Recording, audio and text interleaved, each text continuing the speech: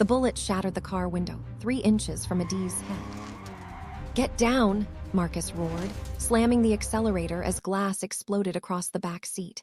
She dove forward, arms wrapped around her swollen belly, feeling the baby kick hard against her ribs as if sensing the danger. Another shot punched through the trunk, then another. The black SUV behind them wasn't slowing down. This was how it would end, she thought. Pregnant, fleeing through the dark streets of Seoul at midnight, hunted by people who wanted her child dead before he could take his first breath. And the man who'd promised to protect her was already dying, maybe already dead. But we're getting ahead of ourselves. This story doesn't start with bullets and blood. It starts 3 months earlier with a job posting that seemed too good to be true. Adaeze Okonkwo was 22 years old and 3 weeks away from being thrown out of her apartment in Itaewon. She'd come to Seoul 18 months ago with dreams that felt stupid now. Teaching English, everyone said. Good money, they said. What they didn't mention was that her degree from Lagos meant nothing here, that work visas were impossible to extend, that the teaching job would turn into 14-hour shifts at a restaurant paying half the minimum wage under the table. When that fell apart, she tried everything. Cleaning offices at night, handing out flyers in Gangnam in the freezing cold, modeling for photographers who promised exposure but delivered nothing except uncomfortable requests. Seoul was supposed to be her fresh start, her escape from the suffocating expectations back home. Instead, it became a beautiful, neon-lit prison where she was always 1 month behind on rent and 1 bad day from deportation. Then the loan sharks found her. She'd borrowed money 6 months ago when her mother's breast cancer diagnosis came through. Stage 3. The hospital in Lagos wouldn't operate without payment up front, and the only people who would lend to a foreign woman with no collateral were the kind of men who smiled while explaining exactly what they'd do if she didn't pay. 8 million won. The interest was bleeding her dry, and they'd started making threats about visiting her family. She believed them. These men had connections everywhere, and she had 2 younger brothers still in school, her father dead since she was 15. Everything fell on her, always on her. So when she saw the job posting in a Nigerian community chat, she didn't hesitate. Caregiver needed for elderly Korean man. No experience required. Room and board provided. 3 million won per month. 3 million won. That was more than she'd made in the last 4 months combined. She could pay off the sharks, send money home, maybe even fix her visa situation. She replied within minutes. The interview was in Pyeongchang, where Seoul's ultra-wealthy lived behind high walls and security cameras. The house looked like something from a historical drama mixed with modern architecture. All sharp angles and traditional Korean rooflines, surrounded by gardens that probably cost more to maintain than most people earned in a year. A woman in her 50s met her at the door. Cold eyes, expensive clothes, the kind of face that had forgotten how to smile. "You speak Korean?" she asked in perfect English, looking Adaeze up and down like she was examining produce at a market. "Yes, ma'am. Not perfectly, but I understand most things." "Your job is simple. Take care of my husband, feed him, help him bathe, give him his medication on time, keep him comfortable." Her voice was flat, clinical. "He's very sick. Dying, actually. Do you have a problem with that?" Adaeze's stomach twisted, but she needed this job desperately. "No, ma'am." "Good." The woman stepped closer, and Adaeze caught the scent of expensive perfume mixed with something sharper. "If anything happens to him while you're alone with him, if he falls, if he chokes, if his condition suddenly worsens, you will be held responsible. Do you understand?" The way she said it felt less like a warning and more like a threat, like she was already planning something terrible. But Adaeze was 3 weeks from homelessness. "I understand, ma'am." "You start tomorrow. Marcus will show you to your room." A man appeared from the shadows, massive and scarred, built like he'd spent his life in fights. He nodded once and gestured for her to follow. As they walked through the compound, Adaeze noticed everything: the guards patrolling, the cameras, the reinforced doors. This wasn't just a rich family's home. This was a fortress. "Stay out of trouble," Marcus said in rough English as he showed her to a small room near the back of the house. "Do your job. Don't ask questions. You'll be fine." Then he left, and Adaeze sat on the narrow bed, hands shaking. What had she just walked into? She met Vincent Castellano the next morning. His bedroom was massive and empty feeling despite the expensive furniture. He sat in a chair by the window, staring out at the garden, and when the sunlight hit his face, she could see how sick he really was. He'd been handsome once. You could still see it in the structure of his face, the set of his shoulders. But illness had carved him down to something fragile. His skin was gray. His hands trembled in his lap. "Good morning, sir," Adaeze said softly in Korean, bowing the way she'd learned. He turned to look at her. His eyes were sharp, intelligent, completely at odds with his broken body. "Who are you?" "My name is Adaeze, sir. I'm here to help you." He studied her for a long moment, taking in her dark skin, her braided hair, the nervousness she couldn't quite hide. "Nigerian." "Yes, sir." A sound that might have been a laugh rattled from his chest. "My wife hired you." "Yes, sir." "Then you're probably here to witness my death, maybe even help it along." He waved a weak hand at her shocked expression. "Relax. If you were an assassin, you'd hide your fear better, just dark humor. You'll need it in this house." Adaeze didn't know what to say to that. "Well, Adaeze from Nigeria," Vincent said, turning back to the window. "Let's see if you survive the week." That first week was brutal. Nobody trained her. Nobody explained anything. She was just expected to know how to care for a dying man, feed him, bathe him, manage his medications, help him move without dropping him. She failed constantly. She burned his breakfast twice because she didn't know how he liked his rice porridge. She gave him the wrong medication because she couldn't read all the Korean labels properly. When she tried to help him walk to the bathroom, they both nearly fell because she didn't know how to support his weight. Any normal employer would have fired her immediately, but Vincent didn't. When she burned the porridge, he just said, "Try again, less heat this time."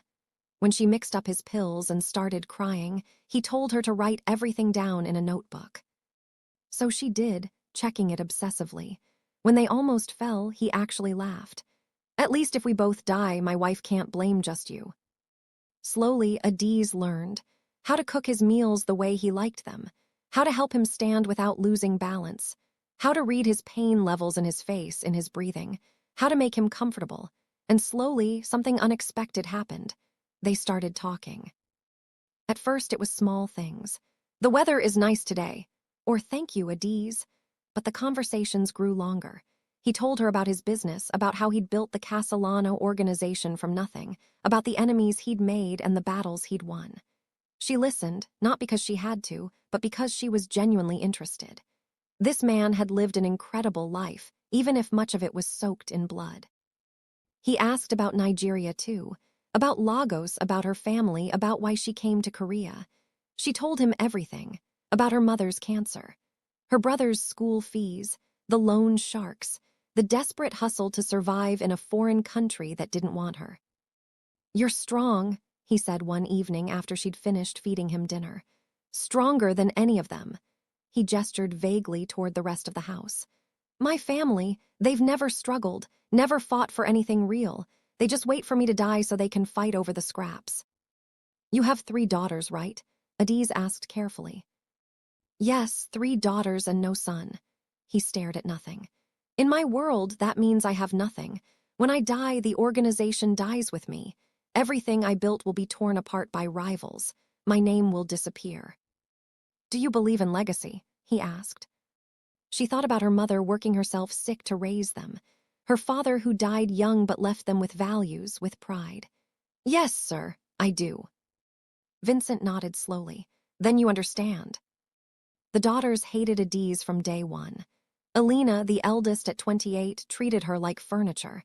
She'd snap her fingers and point. "Close that curtain. Bring me water, turn up the heat." Never please, never thank you. Just commands like Adaeze was a dog. Alina's boyfriend, David, was worse. Ambitious and hungry, the type who'd step on anyone to climb higher. He'd whisper in corners with Alina, shooting Adaeze looks like she was dirt on his shoe. One afternoon, Adaeze overheard them talking in the hallway. "When is the old man finally going to die?" David hissed. "We've been planning this for 2 years." "Soon," Alina replied coldly. The doctor said 6 months maximum. Once he's gone, we move. The organization will be ours. What about your mother, your sisters? They'll fall in line or they won't. Either way, we'll control everything. Adaeze pressed herself against the wall, holding her breath, praying they wouldn't notice her. They didn't, but she'd heard enough. The other daughters, Sophia and Maya, weren't any better.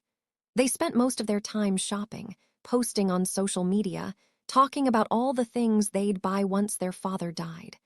Like his death was just an inconvenience they were waiting to get over. Vincent's wife, Catherine, barely acknowledged Adaeze's existence. She'd walk past her like she was invisible, only speaking to give cold instructions or criticize something she'd done wrong. But Vincent noticed everything. One night, after Adaeze had spent the day running errands for Alina and cleaning up after Maya's tantrums, he called her into his room. "Sit," he said, patting the chair beside his bed. She sat exhausted. "They're cruel to you. It wasn't a question." She didn't deny it. "It's okay, sir. I need this job." "It's not okay." His jaw tightened. "You're the only person in this house who treats me like a human being. Everyone else is just waiting for the funeral." Tears pricked Adaeze's eyes, but she blinked them back. Vincent reached out slowly, his trembling hand covering hers. "I'm going to protect you, Adaeze, no matter what happens." She wanted to believe him, but how could a dying man protect anyone? 2 months passed. Adaeze settled into a routine. Wake at 5, prepare Vincent's breakfast, help him bathe and dress, give him his morning medications. Spend the day keeping him comfortable, listening to his stories, cleaning his room, endure whatever abuse the daughters threw at her, fall into bed exhausted at midnight. Her body ached constantly. Her hands were cracked and raw, but she was sending money home. Her mother's treatment was going well. Her brothers were back in school. The loan sharks were getting paid. She was surviving. But something was changing. Vincent looked at her differently now, not with the cold assessment of an employer, but with something deeper, something that made her heart race in ways she didn't want to think about. He asked personal questions. "Do you have a boyfriend back in Nigeria? What do you want from life? Are you happy here?" She answered honestly, no boyfriend. She wanted to finish university someday, help her family, maybe open a business. Happy? She didn't know what that word meant anymore. One evening, after she'd given him his medication, he held onto her hand longer than necessary. "Adaeze, I need to tell you something." His tone made her stomach drop. "Sir."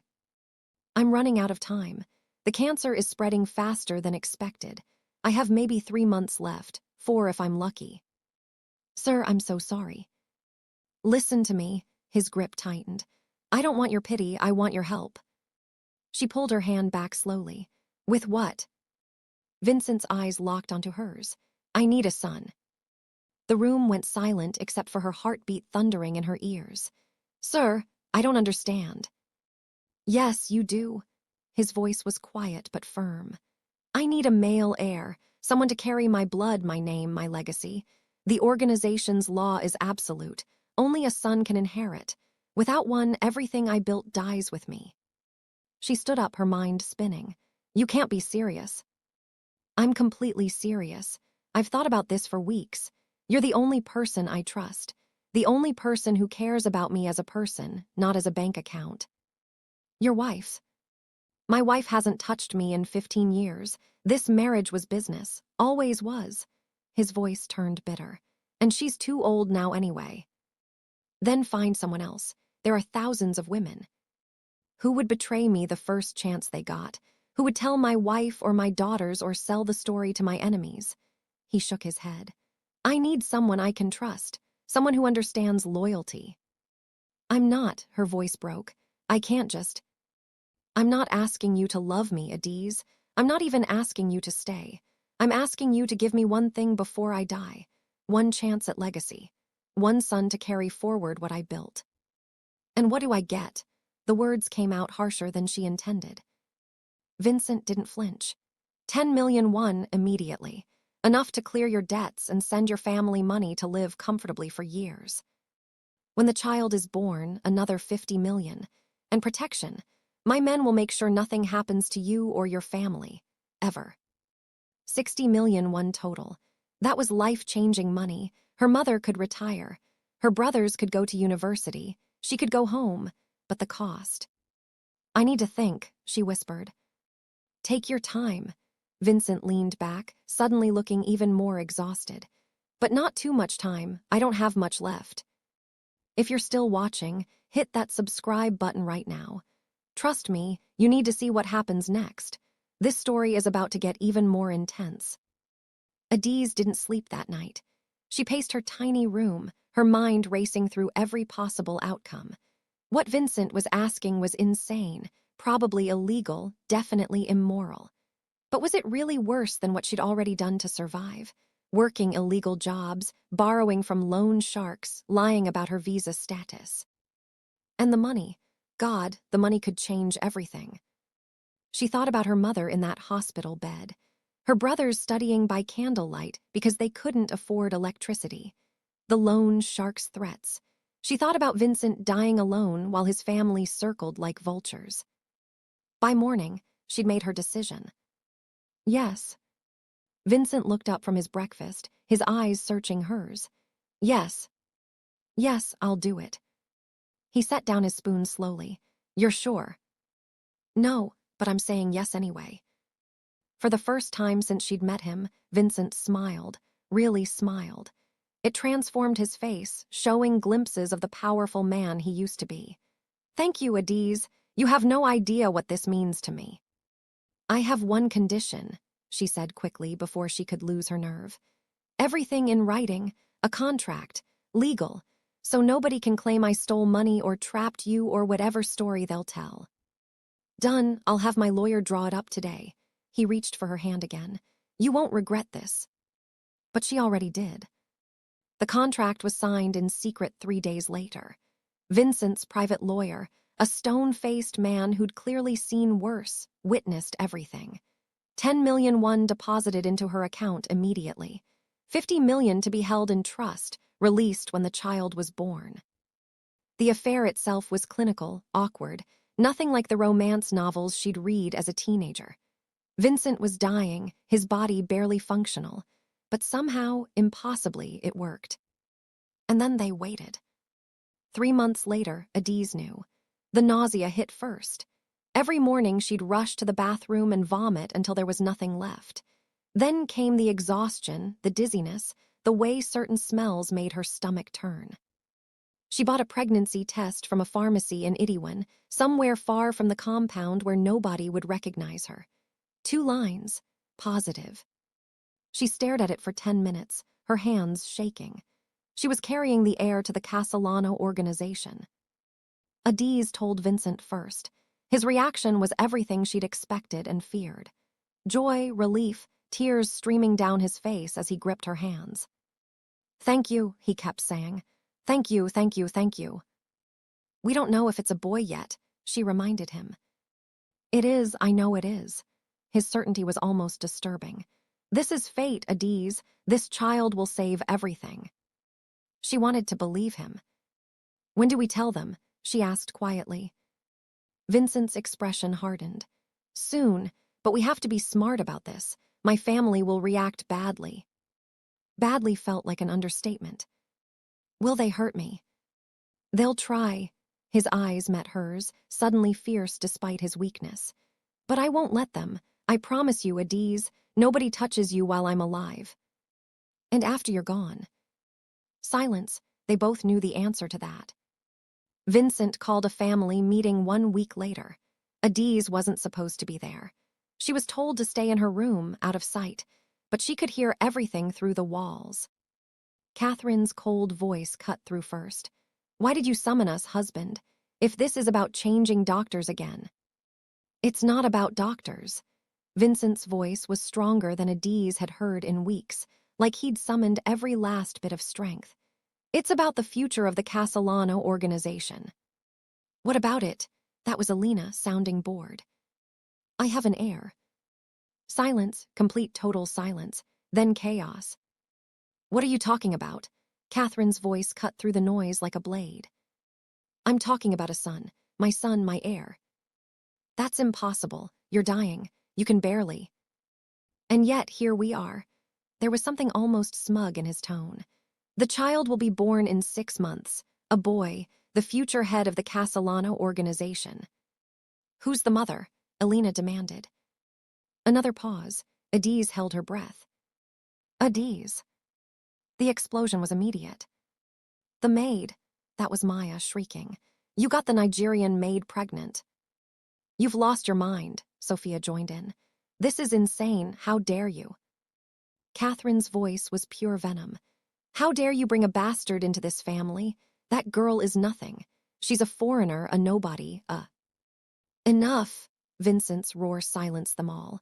Adaeze had never heard him that loud, that commanding. That girl has more honor than all of you combined. She cared for me when you were counting my money. She treated me like a human being when you were planning my funeral. And now she's carrying my son, the heir to everything I built. This is a joke. That was David's voice cutting in. You can't seriously expect the organization to accept some random African woman's child as... I don't expect anything. I'm telling you. That child is my blood, my heir. And when I die, everything goes to him. Not you, not my daughters, not my wife, him. You can't do this, Alina was screaming now. We're your family, your daughters, we deserve. You deserve nothing. You've done nothing. You've contributed nothing.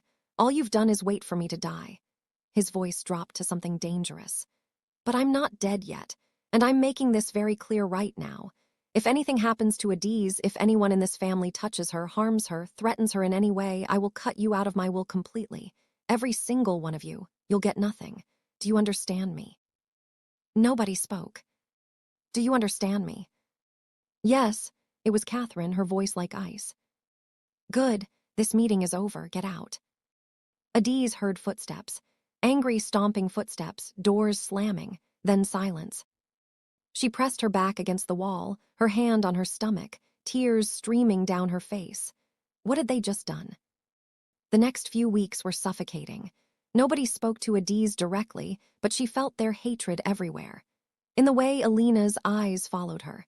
In how Catherine would smile coldly whenever they crossed paths. In the whispers that stopped the moment she entered a room. Marcus started following her everywhere. Not obviously, but she noticed him. Always nearby, always watching. Boss's orders, he said when she finally asked. You don't go anywhere without me. Is it that bad? His expression was answer enough. Vincent grew more protective, more paranoid. He made her eat every meal in his room, food he'd watched being prepared. He had Marcus check her bedroom for cameras, for weapons, for anything suspicious.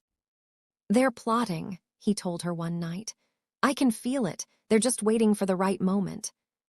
Then send me away now, before it's too late. Not yet. It's too early.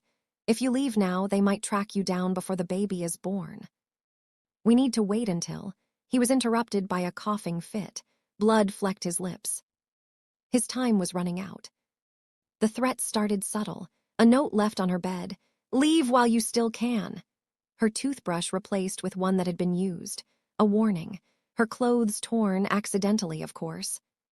Then it escalated. She found rat poison in her tea. Just a few grains, easy to miss if you weren't looking. But she was looking, always looking now. Marcus investigated, found nothing, no proof, but they all knew. They're testing you, Vincent said grimly. Seeing how far they can push before I retaliate. And what will you do? He didn't answer. But it wasn't just the family Adaeze had to worry about. Word had spread beyond the compound. In Seoul's underworld, information traveled fast.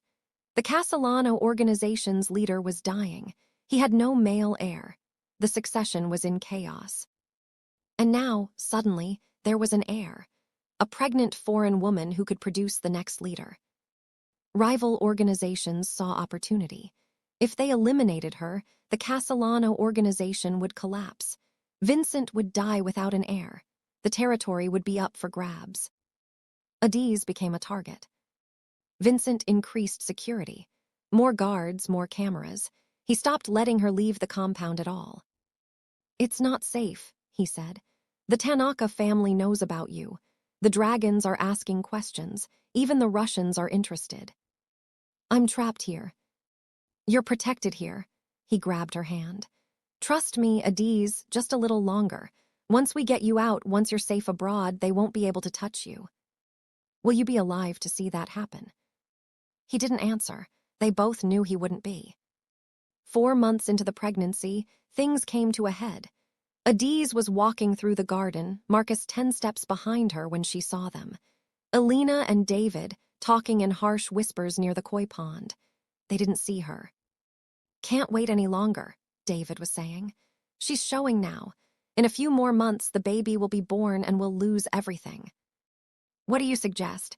Alina's voice was cold. An accident, a fall, a miscarriage. There are ways to handle this without it looking suspicious. My father will know. Your father is dying. In a month, maybe 2, he'll be gone. We just need to make sure that baby doesn't make it to term. Adaeze must have made a sound because Marcus immediately moved in front of her, his hand going to his waistband, where she knew he kept a gun. Alina and David spun around. For a moment, they all just stared at each other. Then David smiled. You should be more careful, Adaeze. Pregnant women are so fragile. Anything could happen. Marcus took a step forward. Try it, see what happens. The tension was suffocating. Finally, Alina grabbed David's arm. Let's go. They left, but the message was clear. Adaeze wasn't safe here anymore. Vincent made the decision that night. You're leaving tomorrow. Adaeze had been expecting this, but hearing it still made her heart race. Where? Marcus will drive you to a private airstrip outside Seoul. My jet will take you to London. I have people there who will take care of you, keep you safe until the baby is born. And after, she already knew the answer. He coughed, blood staining the handkerchief he pressed to his mouth. After, you'll have more money than you can spend in a lifetime. You'll never have to work again. Your family will be taken care of, and my son will grow up safe, away from all of this.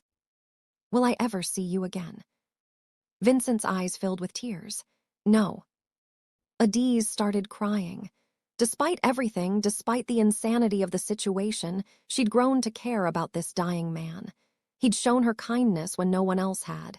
He'd protected her. In his own twisted way, he'd saved her. Thank you, she whispered, for everything. No, he gripped her hand with what little strength he had left. Thank you. You gave me hope when I had none. You gave me a future. You gave me peace. They sat there in silence, holding hands, both knowing this was goodbye. The next day was tense. Vincent announced at breakfast that he was sending Adaeze to the hospital for a checkup. A lie, but believable. Catherine barely reacted. The daughters didn't care. But Adaeze saw David's eyes narrow. He suspected something. That afternoon, she packed a small bag, just essentials. Marcus had already arranged everything else. Passport, money, tickets. At 11 p.m., when the household was asleep, she crept out of her room. Vincent was waiting in the hallway in his wheelchair. He shouldn't have been out of bed, but he'd insisted. Go, he whispered, and don't look back. She bent down and kissed his forehead. Goodbye, Vincent. Goodbye, Adaeze. Take care of my son. Marcus appeared from the shadows. We need to move, now. They made it to the car without incident. A black sedan, engine running, waiting at the back gate. Adaeze climbed in, her heart pounding so hard she thought it would burst. Marcus got behind the wheel, and they pulled out onto the empty streets of Seoul. The airstrip is an hour outside the city, he said quietly. Boss's jet is fueled and ready. Pilot's been paid. You'll be in London by morning. She nodded, unable to speak. Her hand rested on her stomach, feeling the small bump where life was growing. They drove in silence for 20 minutes. The city lights faded behind them as they headed toward the outskirts. That's when she saw them in the side mirror. Headlights, 2 vehicles closing in fast. We have company. Marcus's voice was calm, but his hands tightened on the wheel. The SUVs accelerated, pulling up alongside them. Adaeze saw men inside, armed. Hold on. Marcus floored it. The sedan shot forward, but the SUVs matched their speed. This wasn't a random tale. They'd been waiting. One of the SUVs pulled ahead, trying to cut them off. The other stayed on their tail, a classic pincer move. "Get down," Marcus shouted. Adaeze ducked just as the passenger window exploded. Gunfire. Bullets tore through the car, shattering glass, punching holes in metal. She screamed, covering her stomach with both hands, praying the baby was okay. Marcus didn't slow down. Instead, he yanked the wheel hard, slamming their car into the SUV beside them. Metal crunched. The SUV swerved, losing control, crashing into the guardrail. One down. But the second SUV rammed them from behind. Hard. Adaeze's head snapped forward against the seat. Pain exploded in her neck. "Almost there," Marcus muttered. "Just hold on." More gunfire. The back windshield shattered, spraying glass everywhere. She felt something hot graze her arm. Blood. She was bleeding. "I'm hit," she cried out. "How bad?" "I don't know." "Can you move your arm?" She tested it, pain, but it worked. "Yes." "Then you're fine. Stay down." Marcus took a sharp turn onto a smaller road. The SUV followed, still firing. Bullets tore through their trunk, their doors, barely missing them by inches. Then she saw it ahead, a small airstrip, runway lights cutting through the darkness. And there, waiting at the end, a sleek private jet, engines already running. "There," she pointed. "I see it." But the SUV was right on them. And now she could see more vehicles coming from the other direction. At least 3 more, blocking the road to the runway. They were trapped. Marcus made a decision. He yanked the wheel, driving off-road, cutting across the grass directly toward the jet. The car bounced violently over the rough terrain. Adaeze's head hit the ceiling. Her stomach lurched. The SUV followed, but it was heavier, slower on the uneven ground. "When we stop, you run," Marcus ordered. "Don't look back, don't wait for me, just get on that plane." "What about you?" "I'll handle them. Go." They skidded to a stop 20 meters from the jet. Marcus was out instantly, gun drawn, firing at the pursuing vehicles. Adaeze scrambled out of the car, her legs shaking, her arm bleeding. The jet stairs were down. A flight attendant stood at the top, waving frantically. "Run," she screamed. "Now." Adaeze ran. Her feet pounded across the tarmac. Behind her, gunfire erupted. Shouts. The sound of metal hitting metal. She didn't look back, couldn't look back. 10 meters, 5 meters. She reached the stairs and started climbing. That's when she heard Marcus scream. She turned. He was down on his knees, blood spreading across his chest. But his gun was still up, still firing, buying her time even as he died. Men were pouring out of the vehicles. 6, 8, 10 of them, all armed, all running toward the jet. "Close the door," the flight attendant screamed at someone inside. "Go, go, go." Strong hands grabbed Adaeze, pulling her inside. The door slammed shut, locks engaged. Through the window, she saw Marcus collapse completely, saw the men reach his body, saw one of them, David, she realized with horror, kick him once, then turn toward the jet. He raised his gun.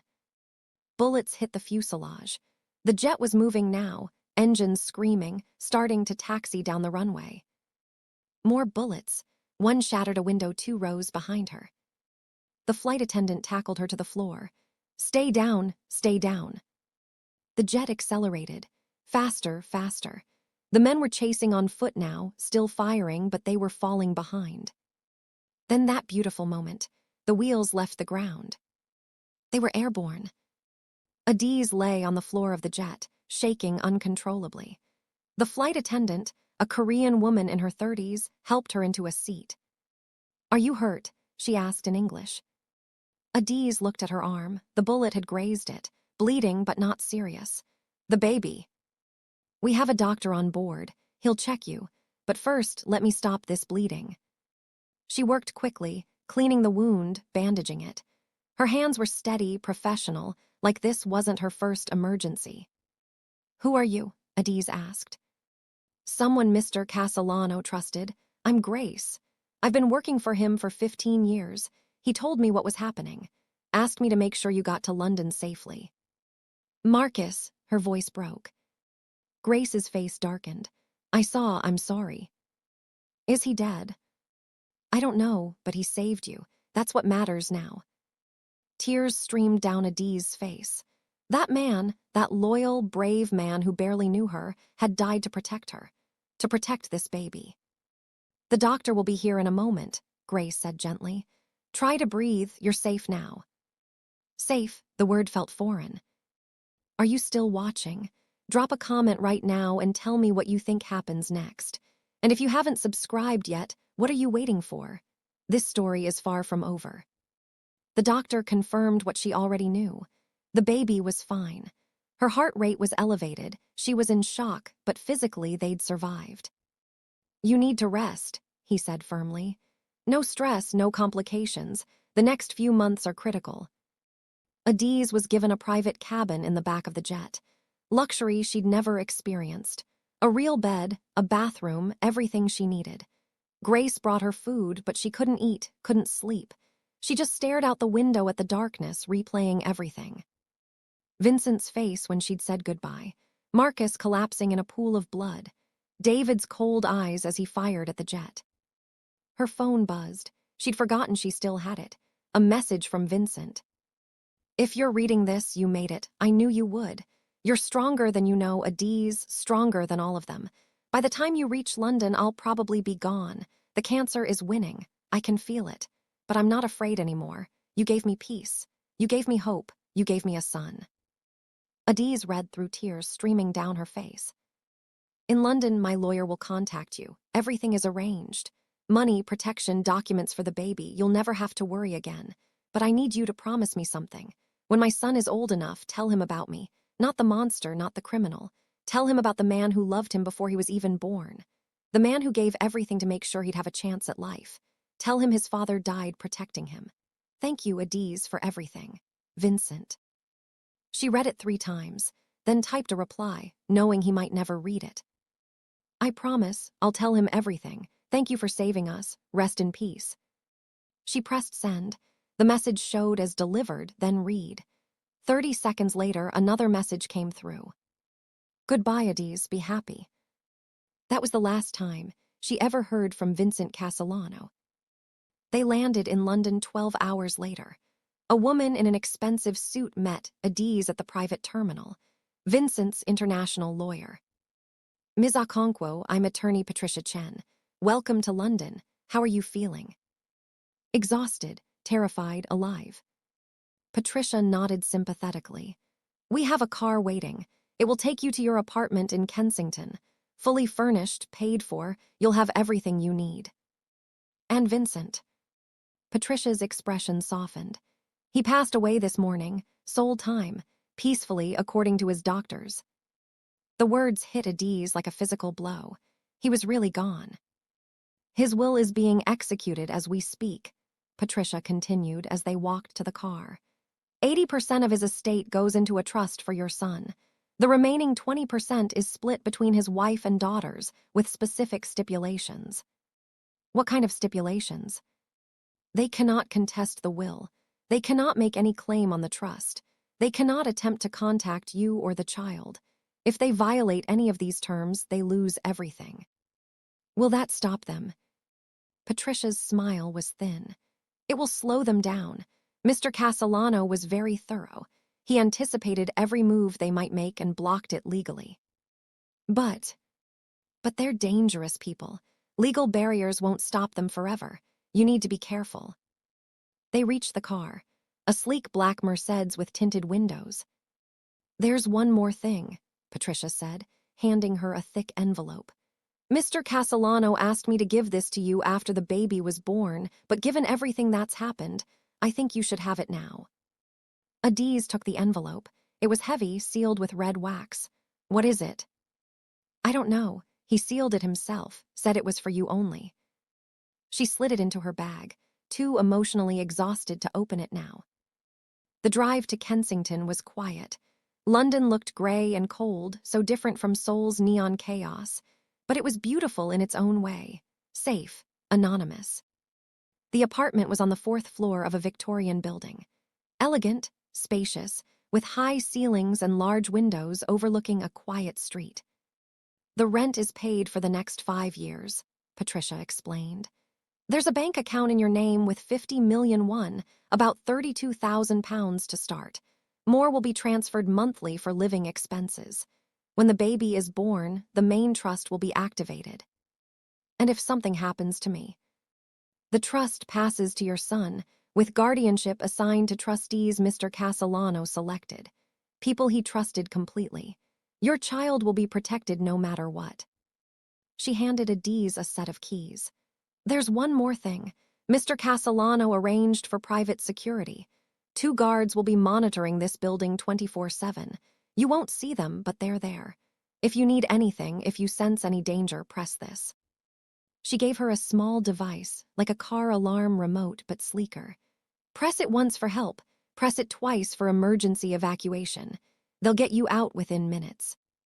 Adaeze stared at the device. Even in death, Vincent was protecting her. Thank you, she whispered. Patricia's expression softened. He cared about you very much, more than I've ever seen him care about anyone. You gave him something precious in his final months. Peace. She left, and Adaeze was alone. She walked through the apartment slowly, taking in every detail. The bedroom with its enormous bed. The kitchen, fully stocked. The nursery already set up with a crib, changing table, everything a baby could need. Vincent had thought of everything. She sank onto the sofa, finally letting herself break down completely, sobbing for the man who'd died protecting her, for Marcus, who'd sacrificed his life, for the insanity of the last few months, but also crying from relief. She was safe. Her baby was safe. They'd made it. After a while, she remembered the envelope. She opened it carefully, breaking the wax seal. Inside was a letter, handwritten in neat English, and a photograph. The photograph showed a young Vincent, maybe in his 20s. Handsome, smiling, full of life. Before the violence, before the sickness, before everything. On the back, he'd written, "For my son, so he knows his father was once young and hopeful too." The letter was longer. Dear Adaeze, if you're reading this, I am gone. And I hope that means you and our son are safe. I don't expect forgiveness for what I asked of you. I know it was selfish. I know it was unfair. But I want you to understand why. My father was a violent man. He built the Castellano organization through blood and fear. When he died, he left me nothing but enemies and debts. I spent my entire life fighting, killing, becoming the monster everyone expected me to be. I told myself it was for legacy, for family, for the organization. But the truth is, I was just scared. Scared of being forgotten. Scared of dying alone. Scared that my life meant nothing. Adaeze wiped tears from her eyes, continuing to read. Then you came into my house. This young woman from Nigeria who had every reason to hate me, to fear me, to run. But instead you stayed. You cared for me. You treated me like I was human. You gave me something I'd never had. Genuine kindness with no agenda, no fear, no calculation. Just kindness. That's when I knew. If I could have a son, and if that son could be raised by someone like you, maybe he'd have a chance to be better than me. To break the cycle. To choose a different path. She read through blurred vision. I'm not asking you to raise him to be a gangster. I'm not asking you to force him into this life. When he's old enough, tell him the truth. Tell him about the Castellano organization, about his inheritance, about everything. Then let him choose. If he wants to walk away, to live a normal life far from all this darkness, I will be proud of him from whatever comes after death. If he wants to reclaim what's his, to rebuild the organization into something better than I made it, I will be proud of that too. Either way, he will be free. Something I never was. The letter continued. Take care of yourself, Adaeze. Take care of our son. And know that in the end, you were the best thing that ever happened to me. With eternal gratitude, Vincent. P.S. There's a safety deposit box at Lloyd's Bank on the Strand. Box number 4427. The key is taped to the back of the photograph. Inside is something for you and something for our son when he's older. I trust you'll know when the time is right. She flipped the photograph. Sure enough, a small key was taped there. She held the letter and the photograph, crying again. This man, this complicated, violent, dying man had given her everything. A future, safety, choice, and she'd given him peace. 6 months later, the contractions started at 3 in the morning. Adaeze was alone in the apartment, but she pressed the emergency button Patricia had given her. Within 5 minutes, a doctor and nurse arrived. Within 10, she was in a car heading to a private hospital. Everything Vincent promised, everything arranged. The labor was long, painful, terrifying. But at 4:47 p.m. on a rainy London afternoon, she gave birth to a healthy baby boy. He came out screaming, red-faced. Perfect. "Congratulations," the doctor said, placing him on her chest. "He's beautiful." She looked down at her son, Vincent's son. Their son. He had his father's eyes. Sharp, intelligent, already looking at the world with curiosity. "What will you name him?" the nurse asked. She'd thought about this for months. "Chukwuma," she said softly. "His name is Chukwuma. It means God knows best in Igbo." Little Chukwuma grabbed her finger with his tiny hand, and she felt something break open inside her. All the fear, all the trauma, all the impossibility of the last year suddenly made sense. This was why. This beautiful, innocent life. "Welcome to the world, Chukwuma," she whispered. "Your father loved you so much. Even before you existed, he loved you." The next few years passed in a blur. Adaeze focused on being a mother, on building a normal life for her son. She enrolled in university, finished her degree in business, started a small import company connecting Nigerian artisans with European markets. It grew slowly but steadily. She never forgot where she came from. She sent money home regularly. Her mother's cancer went into remission. Her brothers both went to university. The loan sharks were paid off years ago. She kept Vincent's photograph in a drawer, along with his letter. Sometimes, when Chukwuma was asleep, she'd take them out and remember. The dying man who'd given her everything. The loyal soldier who'd died protecting her. The insane months that changed her life forever.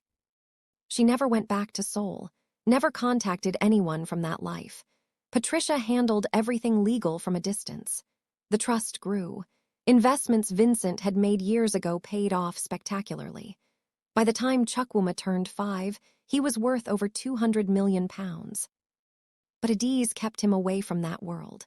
She raised him in a modest apartment, sent him to a good but not elite school, taught him the value of work and humility.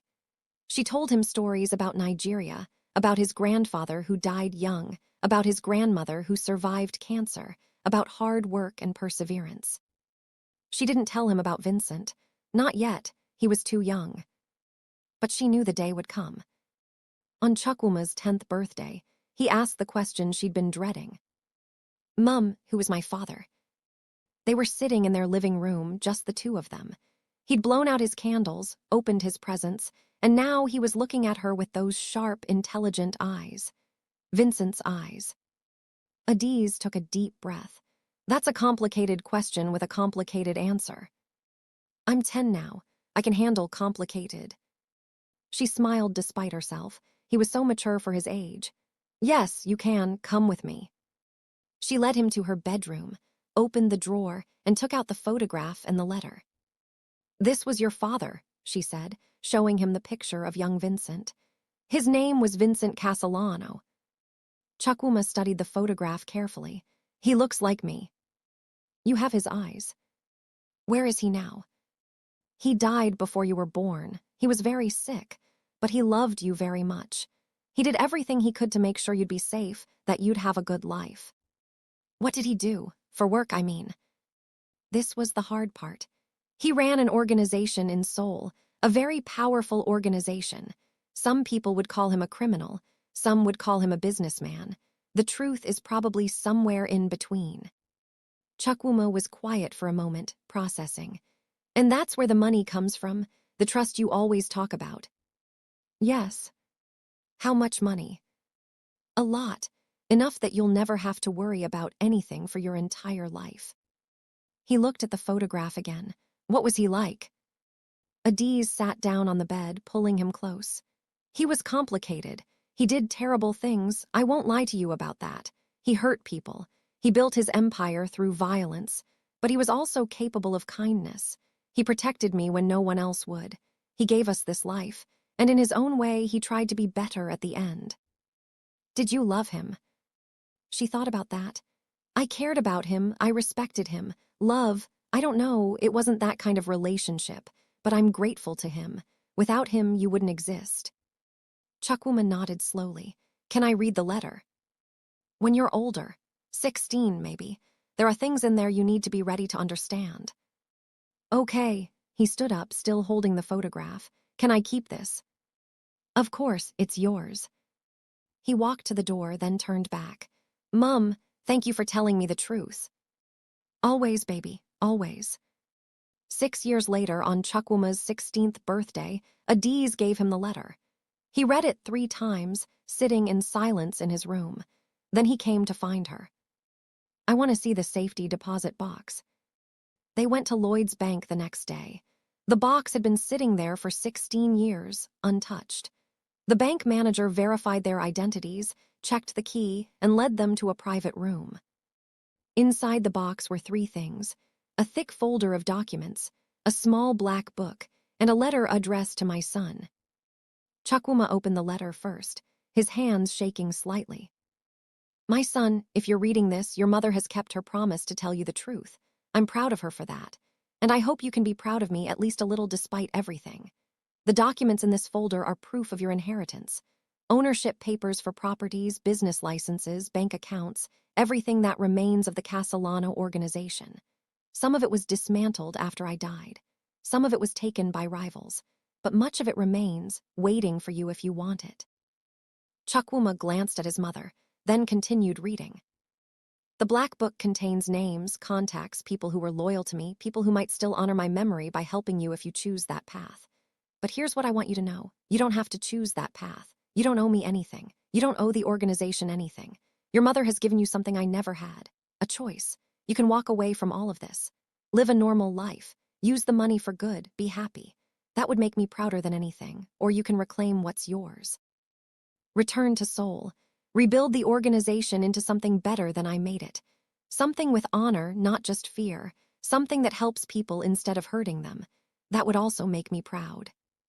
The letter concluded. Whatever you choose, know that I loved you. I died protecting you. And I would do it all again. Be better than me, my son. That's all I ask. Your father, Vincent Castellano. Chukwuma set down the letter and picked up the black book. He flipped through it slowly. Names, phone numbers, addresses, notes in Vincent's handwriting. What are you thinking? Adaeze asked quietly. He closed the book. I don't know yet, I need time. Take all the time you need. He looked at her with those sharp eyes, so much like his father's. Did he really die protecting me? Yes, he and a man named Marcus. They both died to make sure we escaped. Tell me everything, all of it, no more waiting until I'm older. So she did. She told him everything. The desperation that led her to that house. The dying man who'd made an impossible request. The contract. The pregnancy. The hatred of Vincent's family. The threats. The escape. Marcus dying on the tarmac. The gunfire as their plane took off. Chukwuma listened to it all in silence. When she finished, he said, They tried to kill you, to kill me. Yes. Are they still out there? Vincent's family? I don't know. Patricia monitors the situation, but we've stayed away from all of that. He stood up, packing the small room. I want to meet Patricia. I want to understand exactly what I'm inheriting, what the situation is in Seoul, what happened to the organization after Vincent died. Chukwuma, I'm not saying I've decided anything, Mum, but I need to know. I need to understand what my choices actually are. She looked at her son, this young man who'd grown up so fast, and nodded. Okay, I'll arrange it.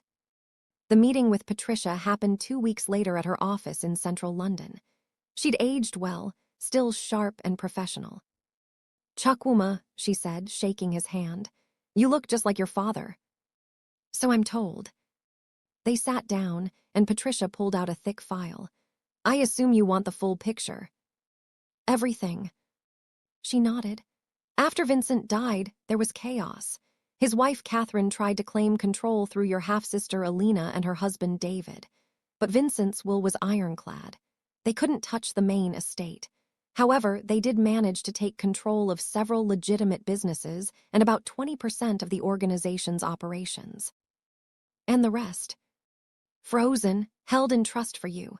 Properties, investments, legitimate businesses. It's all there, generating income, waiting. The illegal operations mostly dissolved. Some were absorbed by rival organizations. The Castellano name still carries weight in Seoul's underworld, but without leadership, the organization fragmented. What about the family, Vincent's daughters? Patricia's expression darkened. Elena and David tried to find you, spent millions hearing investigators, but Vincent had covered his tracks well. They never got close. Catherine died 5 years ago, heart attack. Elena and David are still in Seoul, running what's left of their portion. Your other half-sisters, Sophia and Maya, moved away. Different cities, different lives. And if I went back, if I claimed my inheritance, there would be a fight. Elena won't give up what she thinks is hers without a war. Rival organizations would test you. You'd need allies, muscle, strategy. It would be dangerous. But possible. Patricia studied him for a long moment. Possible? Yes. Vincent left you resources, connections, money. The black book you have contains names of people who might still be loyal. But Chukwuma, I have to tell you what your father told your mother. You don't have to do this. You can walk away. Live a peaceful life. You're set for multiple lifetimes financially. I know, he stood up. Thank you, Patricia, I need to think. Adaeze watched her son wrestle with the decision over the next 6 months. He finished school with top marks, got accepted to Oxford to study economics. But she could see his mind was elsewhere, working through the impossible choice Vincent had left him. One evening, just before he was supposed to start university, Chukwuma came to her. I've decided. Her heart clenched. Tell me. I'm not going to Oxford, not yet. I'm going to Seoul. Chukwuma. Let me finish, Mum. I'm not going to reclaim the organization, not the way it was, but I want to understand it. I want to meet the people in that book. I want to see what's left. And then I want to build something different. What do you mean? His eyes were bright with purpose. Vincent built his empire through violence. I want to build mine through legitimate business. Use the money, the connections, the name, but do it right. Legal, ethical, help people instead of hurting them. That's what he wanted, right? For me to be better than him. Adaeze felt tears in her eyes. Yes, that's exactly what he wanted. So that's what I'll do. I'll take a year, go to Seoul, learn everything I can, meet with his old associates, understand the landscape. Then I'll decide exactly how to move forward, but I'll do it my way. She pulled him into a hug. Your father would be so proud of you. Will you come with me? She pulled back, surprised. To Seoul. Just for the first few weeks. Help me navigate. Introduce me to Patricia's contacts. Then you can come back. But I need you at the start. She thought about Seoul, the city she'd fled 16 years ago in terror, the compound where she'd cared for a dying man, the streets where Marcus had died protecting her. But she also thought about her son, this brave young man about to walk into a world he didn't fully understand. He needed her. Yes, she said, I'll come with you. 3 months later, they landed at Incheon International Airport. Seoul looked different. Bigger, more modern, even more overwhelming than she remembered, but also familiar in ways that made her chest tight. Patricia had arranged everything. A hotel in Gangnam, security, subtle but present, a series of meetings with people from Vincent's Black Book, carefully vetted, carefully scheduled. The first meeting was with an old man named Thomas Park, one of Vincent's oldest associates.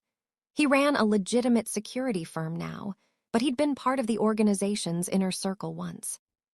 He looked at Chukwuma with tears in his eyes. You look just like him, like Vincent when he was young. So I'm told, sir. He talked about you, you know, at the end. Couldn't stop talking about his son, about making sure you'd be safe, about hoping you'd be better than all of us. Thomas smiled sadly. Looks like his wish came true. Patricia tells me you want to go legitimate. Yes, sir. Use the resources, but build something clean, something good. Your father would like that. Hell, I like that. What do you need from an old man like me? Information, contacts, help navigating the landscape, and honestly, protection. I know there are people who won't be happy about me being here. Thomas nodded. Alina and David, they've been asking questions since you arrived. Word travels fast in the city. Adaeze felt her blood run cold. Are we in danger? Not immediately, but you need to be careful. David's still ambitious, still angry about what Vincent did. He sees Chukwuma as a threat to everything he's built. Then we'll be careful, Chukwuma said firmly. But I'm not leaving, not yet. Over the next few weeks, they met with more of Vincent's old network. Some were legitimate now, running businesses, living quiet lives. Others were still connected to Seoul's underworld, operating in the gray areas. All of them respected Vincent's memory. All of them were willing to help his son. Chukwuma learned fast. He absorbed everything, asked smart questions, built relationships. Adaeze watched him with pride and fear. He was so much like Vincent in his intelligence and charisma, but without the cruelty, without the violence. Then came the meeting they'd been dreading. Alina requested to see them. It's not a request, Patricia said over the phone.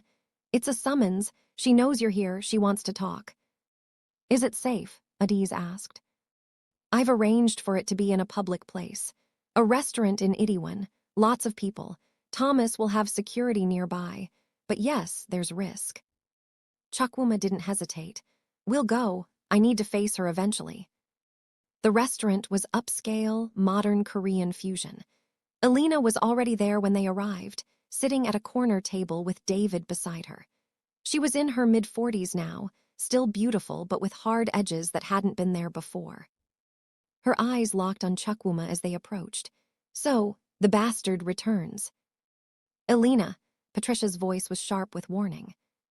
It's fine, Chukwuma said calmly, sitting down across from them. Adaeze sat beside him, her heart pounding. I'm Chukwuma. It's nice to finally meet my half-sister.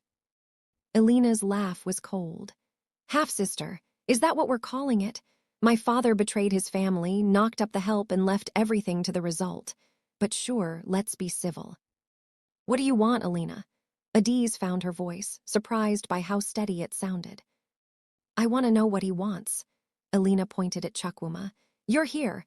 After 16 years of hiding, you're suddenly in Seoul. Why?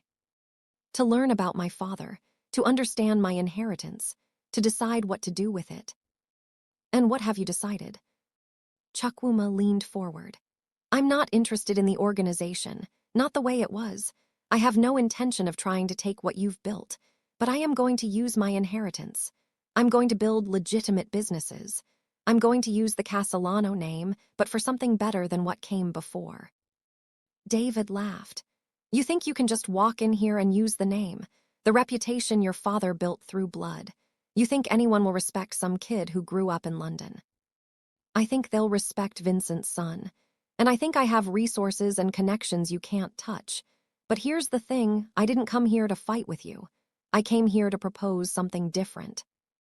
Alina raised an eyebrow. I'm listening. We split the legacy cleanly. You keep control of what you have, the businesses you've been running, the territories, all of it. I won't challenge that. In return, I get access to my trust, my inheritance, the properties and assets that are legally mine. We go our separate ways. No war, no bloodshed, just a clean split. And why would I agree to that? Alina asked. Because a war would destroy us both. You know it. I know it. Vincent set things up so we're both protected legally. Fighting over it would just make lawyers rich and get people killed. Or we can both walk away with something and build our own futures. Alina studied him for a long moment. Adaeze could see her calculating, weighing options. Finally, she nodded. I want it in writing, legal, binding. Patricia can draw it up. And I want one more thing. Alina's eyes were hard. I want you to acknowledge something publicly. My father wasn't a saint. He was a criminal. He did terrible things. Don't try to whitewash his legacy or turn him into some kind of hero. Chukwuma met her gaze steadily. I have no intention of doing that. I know exactly what Vincent was, the good and the bad. I'll honor his memory, but I won't lie about who he was. Something shifted in Alina's expression. Not warmth exactly, but maybe respect. Then we have a deal. They shook hands across the table. It wasn't forgiveness. It wasn't family reconciliation. But it was peace. And sometimes that was enough. 6 months later, Chukwuma was back in London, enrolled at Oxford but spending his breaks in Seoul. He'd started 3 legitimate businesses: import-export, technology consulting, real estate development, all using Vincent's money, Vincent's connections, but completely legal. The Castellano name was rebuilding its reputation, not as a crime family, but as a business empire. Chukwuma hired people from difficult backgrounds, gave them second chances, paid fair wages. He donated to charities, funded scholarships, supported community programs. He was becoming everything Vincent had hoped for, better than his father, free to choose his own path. Adaeze watched her son grow into a man she was immensely proud of. She'd gone back to London, back to her own business, but she visited Seoul regularly now. The fear had faded. The city that had once been her prison became just another place, just another chapter in an extraordinary story. On what would have been Vincent's 70th birthday, Chukwuma went to his grave. It was in a private cemetery outside Seoul, modest despite his wealth, just a simple stone with his name and dates. Chukwuma stood there for a long time, then finally spoke. "I never met you, but I know you through Mum's stories, through your letters, through everything you left behind. I know you weren't perfect. I know you did terrible things, but I also know you loved me. You died protecting me, and you gave me something precious. A choice, a chance to be better." He placed flowers on the grave. "I'm trying to be better. I'm building something you'd be proud of, something that uses your legacy but transforms it into something good. I hope wherever you are, you can see that. I hope you're at peace." The wind rustled through the trees. Somewhere in the distance, Seoul's traffic hummed. "Thank you," Chukwuma said softly. "For everything. I'll make sure your sacrifice meant something, I promise." He walked away from the grave, leaving behind the past, walking toward a future he was building himself. A future where the Castellano name meant opportunity, not fear. Where his father's legacy became something worth celebrating, not hiding from. And somewhere, in whatever comes after death, maybe Vincent Castellano smiled. So that's the story. A dying man's desperate gamble. A young woman's impossible choice. A son who chose to be better than his father. But here's the real question. Was Chukwuma right to embrace his inheritance? Should he have walked away completely? Could Vincent's legacy ever truly be redeemed, or is some blood too deep to wash clean? Drop your thoughts in the comments right now.